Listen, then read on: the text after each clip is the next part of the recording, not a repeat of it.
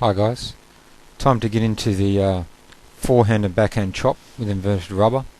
What you're seeing here at the beginning is just the float version, and I'll be doing basically really a minute of floating, a minute of a medium type chop, a minute of a very heavy chop, then a minute of what I'm trying to learn and master at the moment, which is what I'd call a extremely heavy chop or a super heavy chop, and then a minute of me just mixing them all together one at a time. A float, standard, heavy, super heavy, just to give you the chance to compare techniques between all the different strokes basically, and just allow you to see what's similar and what's different between the techniques themselves. So let's get started now with the float version on the forehand. The rubber is just tackiness chop 1mm on a butterfly Matsushita Pro Special blade, good defensive equipment. You can see here as part of my floating, the main things really to watch for, I guess, are just the swing angle, which is approaching a 45-degree downward swing. I'm not using an excessive amount of wrist here. I'm really not trying to come under the ball too much. The bat face is still fairly vertical, and the idea is to control and guide the ball rather than trying to really heavily spin it. A little bit of light spin is still fine, just to allow you to maintain some control. It can be very, very tough to float the ball completely back, and just working on not making it too obvious that I'm floating, and trying to keep the footwork good. Again, the stance could really be wider and the knee bend a little bit deeper. I'd be happy with that, but it was a little bit late at night, so you'll just have to excuse me on that one. And really just working on the basics there. Now moving into more of a medium type chop, and this would be what I would call my standard chop return from a loop, where I'm looking to get reasonable amount of spin, good control. It's really what I'd call my safety chop more than anything else. Something that I can be sure that 90% of the time I can put that ball back with enough spin to be dangerous, but without taking too many risks. Again, the swing itself is not that much different. You can see the bat going up to a shoulder level. Definitely want to get the bat up towards that shoulder. Some people like it even higher. This is just where my technique happens to be. And swinging down and through. Again, the swing angle forward and down hasn't changed. I'm just focusing on getting a little bit more spin contact through the ball and actually brushing the ball a little bit more. And now moving to a heavier version again. In terms of where I'm contacting the ball, the robot is throwing it out at slightly different lengths. I look to try, where personally my personal preference is to try and contact the ball between waist and knee. If it's much higher than the waist, I find it can be an issue with controlling the ball. Much below the knee and you're bending a little bit too much, and it then becomes you lose a little bit of technique and control because you're scooping the ball up a little bit. And now going into a very heavy chop, and this is just what I'm talking about in terms of me trying to master this stroke, where I am coming under, at least in my own head, feeling like I'm coming under the ball as much as possible to really spin heavy. Though in practice, and what you can see from the view angle, is the actual stroke direction hasn't changed that much. What's really changed is that I am trying in my own attempts to skim the ball as heavily as I can and really load up the spin, and the swing speed has obviously increased as well. And that's my version of, I guess, what you would call a very heavy chop with the tackiness chop 1mm sponge. It's possible to do this and maintain actually fairly good control, provided you really do get aggressive with the wrist snap, with the forearm snap. When you try and guide the ball in any way doing this, things tend to go a little bit wrong. And now moving back into a float, a medium, heavy, and very, very heavy, and just contrasting again: float, medium, heavy, and very heavy. And the idea being here is that the difference between them shouldn't be too great. We don't want anything too obvious, apart from maybe the swing speed on the very, very heavy versions can obviously tell your opponent you're attempting very heavy spin. But sometimes you can always float the ball or do a light spin, swing faster, but adjust your contact so you're not actually making that spinny contact, and really fool them as to the amount of spin. Now we're just going, I just wanted to show this in a little bit more of a slow motion just for a couple of minutes, and you'll see a version of each, allowing you to just see the technique a little bit more. Then going to the float, legs could definitely be further apart here, and if my legs were a little bit further apart, my stance is a bit lower, there wouldn't be the need to bend quite so much with the upper body. Going into very heavy spin there, back to the float, just have another go at that float, yep, medium, and heavier, and heavier. And you can really see that I'm trying to keep the preparation similar, up to the shoulder. Almost taking it back is almost the start of a semicircle, but really swinging down is very much a straight line. So there's a little bit of looping just at the top of my backswing, but coming down is very much straight down. Getting that wrist involved in the more spinny versions. And this is where a good defensive chopper will vary all of these elements. He will vary his timing between a higher waist high type to a lower one. He'll vary the amount of wrist he'll use. He'll vary his swing speed. He'll add some side spin. He'll change the amount of brush that he gets. All of these factors involved in just making it a little bit harder for the attacker to safely know what's on the other side. Slows down, makes the attacker slow down his attack, and gives me then, or us as a defender, more time to work with.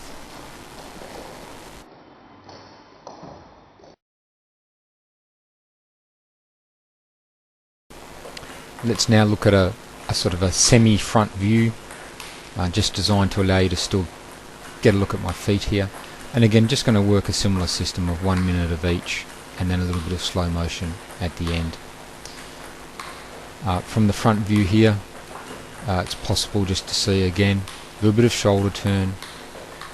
The weight goes onto that right foot as I'm playing the stroke and then pushing back.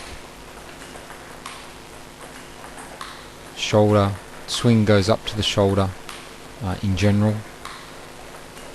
I've been known, because my own technique was never considered classical in any respect, the swing height, the back of my backswing could really be higher, and I have a tendency sometimes to only bring the bat back to really sort of almost elbow height, and you'll see it every now and again on this video. As I get tired or a little bit sloppy, it sometimes creeps back into my game, and again, it's just something you have to work through. The foot turning, my right foot turning to allow me to put that weight on the knee and bend, watching the ball onto the bat, and just giving it the more of the full face. Now moving into this medium chop. Again, trying to just stay mobile, stay balanced, and recover. Take the back up high, and down and forward with the swing, accelerating through the ball, varying the amount of wrist from time to time. And this again is just my safety chop, allows me to repeat quite easily. Again, this is another easy angle to see roughly the height of the contact between knee and hip. If you wish to stand a little bit closer, you'll obviously be getting it higher. Some of the Chinese choppers do that these days, really chop the ball waist height. It means they can come a little bit closer to the table. Older choppers sometimes used to contact the ball more towards the knee and would stay further back. And swinging through, coming to a heavier ball now. As you can see, the swing speed picks up a little bit more wrist through the ball, a little bit more brushing underneath it to get that heavier spin. And again, it's a more aggressive option. If your timing is not good, it's very easy to make a mistake and put the ball in the net or off the end. You really do, in these sort of situations, want to be probably fairly well balanced before attempting that heavy stroke. And when off balance, going for the safety stroke is probably your best option. And going quite heavily there now, really starting to slide underneath that ball and going almost as heavily as I can really here, with a lot of wrist, the bigger backswing, very, very snappy with the forearm and the wrist brushing. In my head, I'm actually trying to feel like I'm almost swinging vertically underneath the ball. In practice, as you saw from the side view, I'm really not swinging horizontally. I'm swinging still at more or less that 45-degree angle within limits. But conceptually, that feeling of thinking to yourself, I'm coming right underneath the ball, gives you the right kind of aggressive mindset to make this shot work. Because to avoid popping up that ball, you really do have to be brushing well and getting a good brushing contact, which is also why I recommend keeping the more aggressive versions for when you're well balanced and prepared, and can then have the best chance of success with the stroke. And it's surprisingly, with the right rubber, surprisingly easy to do when all the factors are correct. I wouldn't say simple, but easier than I thought. Much more difficult with a fast rubber and a fast blade. I could never achieve it, and I never had the control. But with now using a slower rubber, slower blade, it's actually much more possible to do, and very, very effective. I've found in my first few matches back into the game this year, very effective against opponents. I'm looking forward to bringing this into my game a lot more as my control improves. And now, after just having this demonstration of all 4 shots, we're just going to go to a slow motion version, just coming up now, and going to the float, to the medium standard chop, a heavier version, and the what I call my super heavy, where I'm really giving it everything I can. And technique, again, it's not my technique I would not in any way consider perfect. The legs are way too narrow here, as I was getting tired towards the end of the night. The backswing could be higher, but even under those considerations, it's still relatively stable, repeatable, which allows me to have a fairly repeatable result on the other end of the table. There's not a great variation in my swing mechanics. There are certainly improvements that could be made, for sure. A wider stance would allow me to get lower more easily, and allow me to improve my stroke a little bit. But the basics are there, and need to just be worked on a little bit more to really make it a successful part of my game. And that's the same thing for you. You may not be textbook, but if you're consistently repeatable, you'll have a fairly consistent result.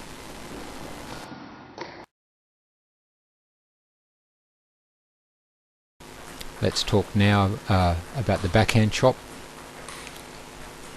coming through here. And on the backhand, you'll see very good evidence here of the height of my backswing, where some players really do bring the bat up to their ear. I'm not too bad, but generally shoulder level is my backhand chop.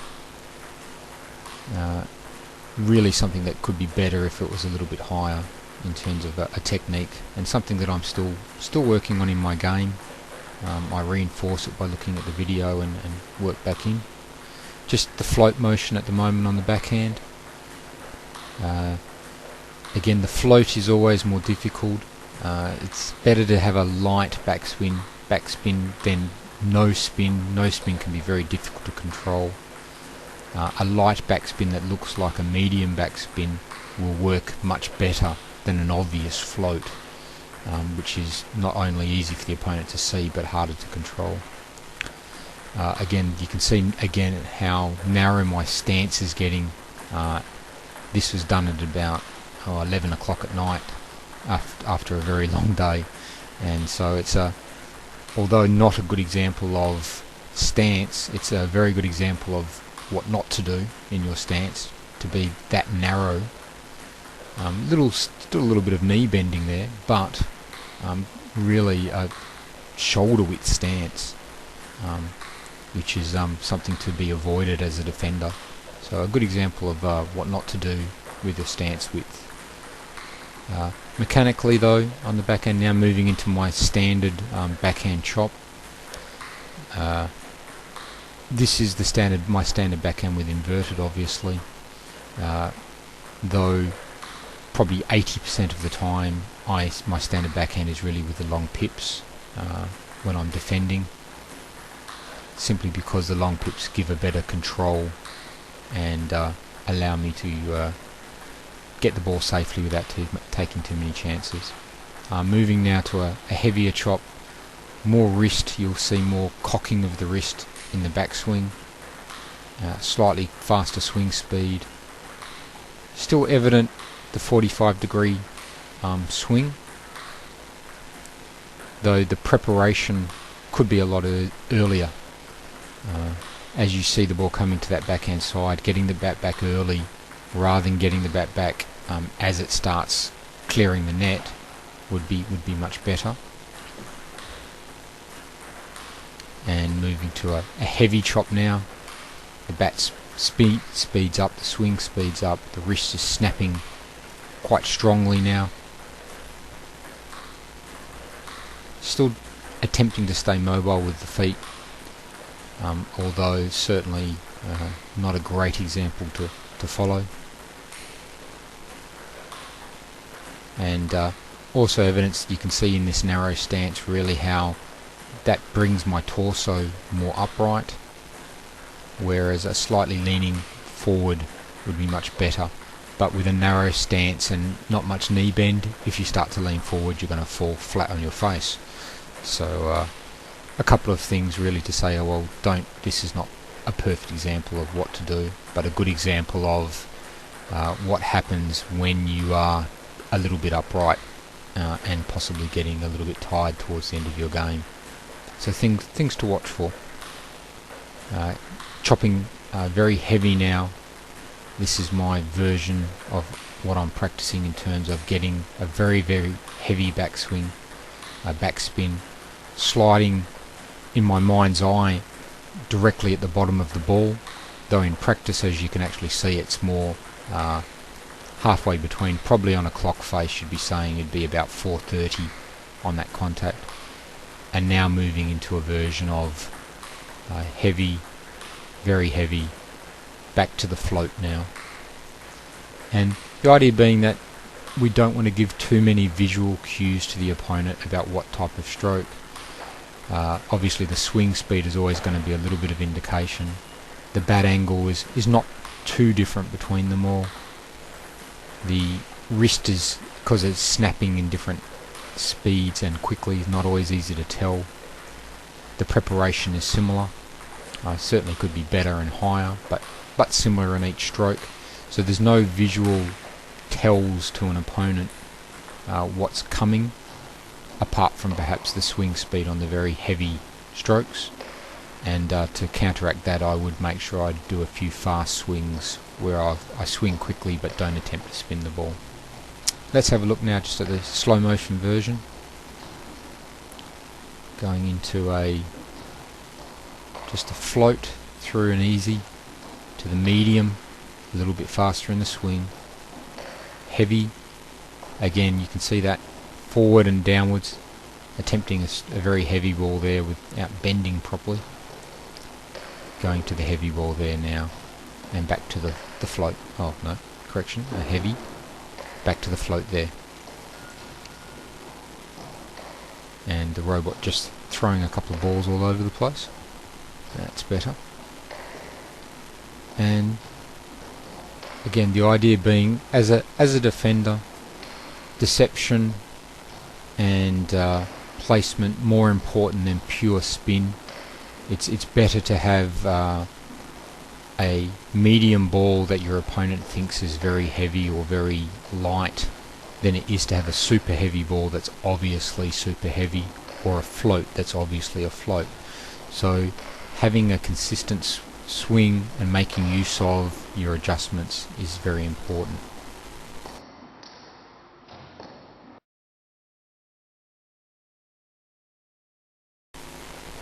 And let's look now at the front view version of the backhand. Just starting with the float,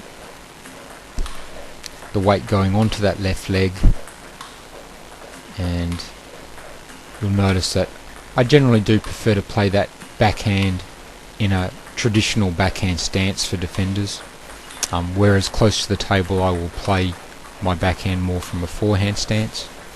The difference being that being this far back from the table, you do have a lot more time to recover to get into position again.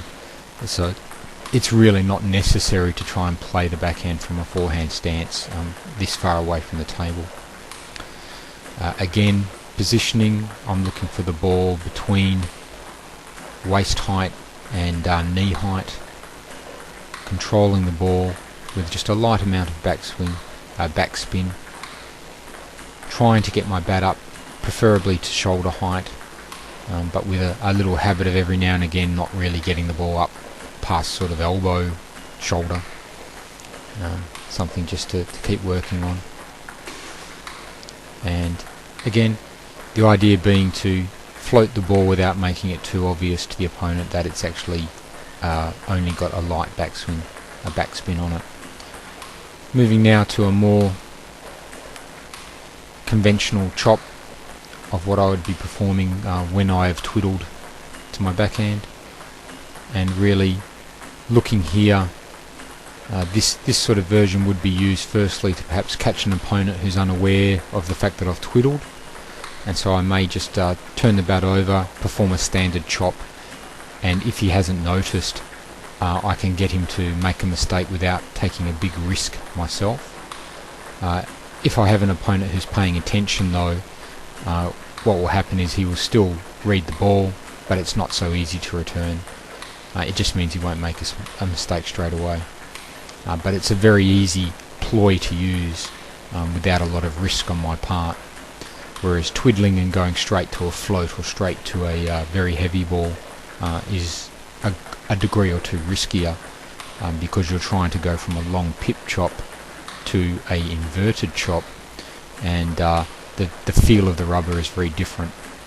Whereas going from a long pip chop to this standard chop is much closer, and certainly not as risky in terms of making a mistake myself. So it would tend to be my first option, and only if a player is obviously reading everything very well would I tend to twiddle and try and go to the float, to the heavy ball. So again, it's tactical. It depends a little bit on your opponent what the best option is. But again, you can see here the stance is really just a little bit wider than the shoulders, whereas it should be much wider.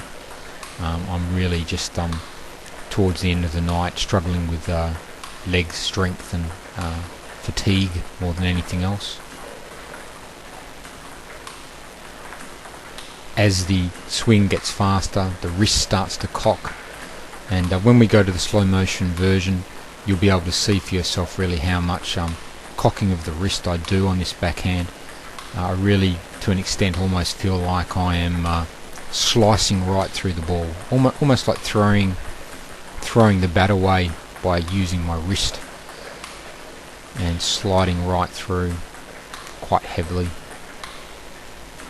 And again, this is a technique that, trying to go this heavy, you need the correct equipment. It's very difficult to do with fast equipment, a fast blade or fast rubbers. You really do need a more defensive setup.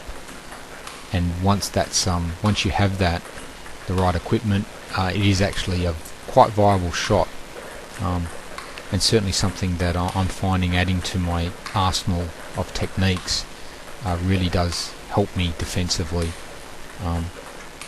but has to be played in an aggressive mindset, and that's something I'm just finding a little bit struggling with a little bit in my own games, to really be brave enough to load up, cock the wrist and let it go very, very hard during my matches. When I do that, it does work well. It's just from a defender's point of view, if you are consistently thought of yourself as being a safe player who wants to return every ball, it can be a little bit of a change to suddenly say, well, I'm going to really try and be aggressive with this backspin and force a mistake, hopefully force a mistake from my opponent. And mentally coming to grips with that is just taking a little bit of time. But again, more practice and good results in matches will get there. I'm going now, just showing all versions of the stroke, the heavy, the medium and through.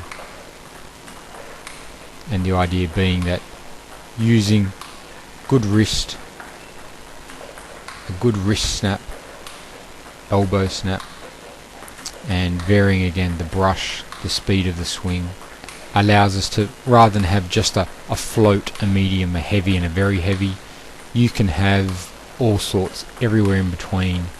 A slow swing with a big wrist snap will give you a deceptive looking one. Same token, a very fast swing with no wrist snap can often be tricky as well. When you then add in the actual amount of brush of the ball, if you fail to get a good brush of the ball, or if you don't brush it on purpose and do a very big wrist snap and fast swing, you can get a ball that looks like it's heavy but is actually quite light. So all of these factors should be used intelligently by you to improve your chopping and make it harder for your opponent. How do you get to that point of actually bringing that in? Well, by lots of practice on the basics, almost like a musician just practices a piece over and over again. You practice your basics over and over, and once they are mastered, being able to improvise, add more wrist, slow your swing down, change the amount of brush, is then something that you can improvise at will, and you'll be able to do so. Looking now just onto the slow motion version here. Very heavy, very quick swing, back to the float, slower swing. As I start to go heavier, the bat just tilts back a little bit, but the basic swing doesn't change angle a lot. Snapping through very, very fast, and I'm feeling like I'm underneath the ball, back to the float. And the idea being, don't give the opponent too much visual cues between them. Don't obviously take every ball that you're trying to chop heavy down near your knee, because then that's an obvious cue. So try to avoid being having anything that stands out, tipping off the opponent exactly what you're planning. And again, looking just technically what's going on. The bat height could be a little bit higher. You can see my contact again between waist and knee. On the backhand chop, tends to be now more towards the knee rather than the actual between the tummy or the belly button and the hip. So for pushing, it's usually in that range between the body, whereas for chopping, the ball really does start to come out more towards, almost between the knee and the left hip, and the knee hopefully being placed out wide to the body, which allows you to get a better swing. And obviously the further you have to bend down, the more you can take the ball outside the body there. If you take the ball too much in front of your body, you'll end up with a very constricted swing when chopping, which won't be good. So technically you can see really that how the contact position has changed to go further outside my body. And that just about wraps it up.